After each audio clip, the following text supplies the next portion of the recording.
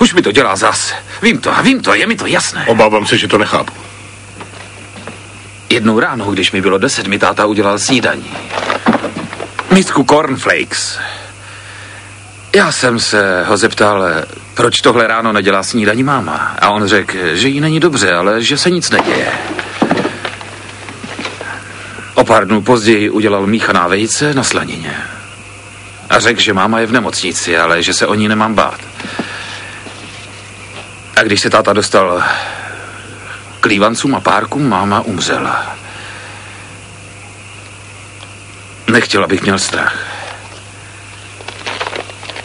Nic se od té doby nezměnilo. Ten dopis je jen další snídaně. Chci říct, že už jsem řekl 1000krát.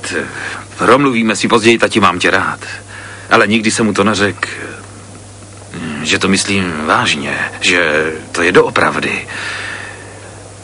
Mám ho rád, jak bych nemohl mít nikdy nikoho jiného na světě. Co když umře a já už mu to nikdy neřeknu. Piercy, nemá smysl to hned vidět v nejhorších barvách. To nejhorší je docela dobře možné. Jsme si příliš blízcí, než aby to najednou skončilo tichem 12 000 mil mezi mnou a jím. Piercy, měl bys být vděčný, že vás dělí jenom vzdálenost. Můj otec a já jsme 12 000 mil vzdálení ve stejném pokoji. No. Ta nejintimnější a nejosobnější komunikace v domě Winchesterových se odehrávala u večerního jídla. Každý večer, přesně, v 7:15 jsme se sešli u stolu k večeři. Podávala se polévka a můj otec řekl: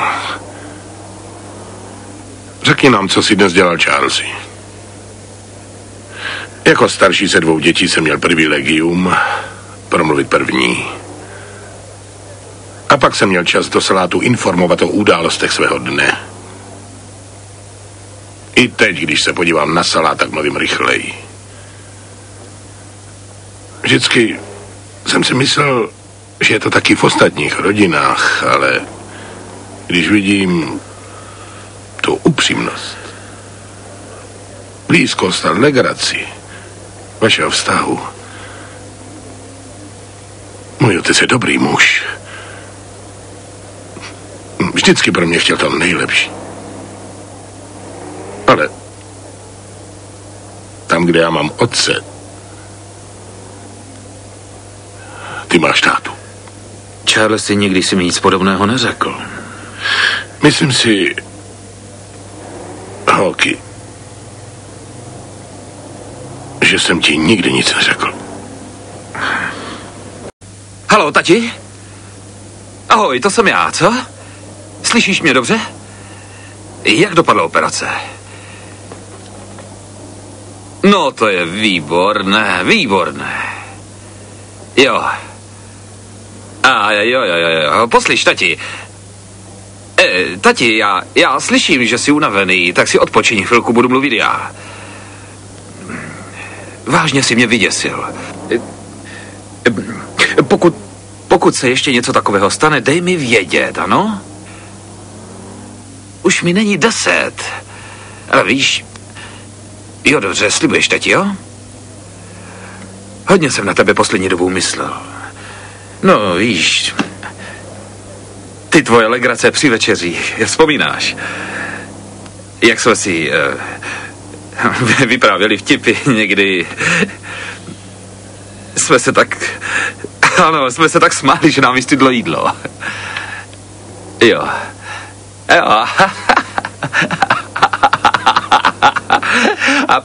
A pak jsem měl ten špenát na rukávě a ty si... Jo. Mám tě rád, tati. Mám tě rád. Jo. Dobře, odpočíň si. A nezapomeň, co jsi mi vždycky říkal. Víš, to, co říkáš svým pacientům. Dělejte to, co vám řekne sestřička. Uvidíme se, jen jak to půjde. Ahoj, tati.